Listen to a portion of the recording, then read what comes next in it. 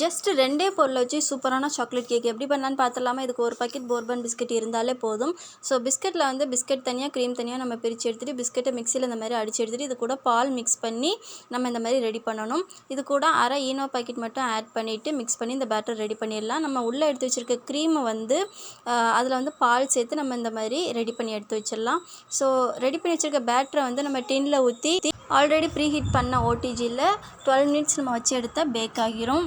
So dark chocolate இந்த மாதிரி melt பண்ணி எடுத்து வச்சுக்கலாம். ஸோ ரெடி பண்ண அந்த வந்து 2 போர்ஷனாக கட் பண்ணிவிட்டு நம்ம ரெடி பண்ணி வச்சுருக்க க்ரீமை வந்து உள்ளே ஸ்ப்ரெட் பண்ணிவிட்டு மேலே வந்து அந்த கேக்கை நம்ம வச்சிடணும். இப்படி நம்ம ஒரு 4 லேயர் ரெடி பண்ணிவிட்டு ஃபைனல் கோட்டிங்காக நம்ம மெல்ட் பண்ணி வச்சுருக்க டார்க் சாக்லேட்டை ஃபுல்லாக அப்ளை பண்ணிவிட்டு ஒரு 5 மினிட்ஸ்லேருந்து 10 மினிட்ஸ் வரை ஃப்ரிட்ஜில் வச்சு எடுத்துகிட்டு சர்வ் பண்ணால் சூப்பராக இருந்துச்சுங்க. சீரியஸாக சொல்கிறேன், இதை கண்டிப்பாக ட்ரை பண்ணி பாருங்கள். இந்த கேக்கை அவ்வளோ யம்மியாக இருந்துச்சு, ரொம்ப ரொம்ப டெலிஷியஸாக இருந்துச்சு. வீடியோ பிடிச்சிருந்தால் லைக் பண்ணுங்கள், ஷேர் பண்ணுங்கள், மறக்காமல் நம்ம சேனலையும் சப்ஸ்கிரைப் பண்ணுங்கள்.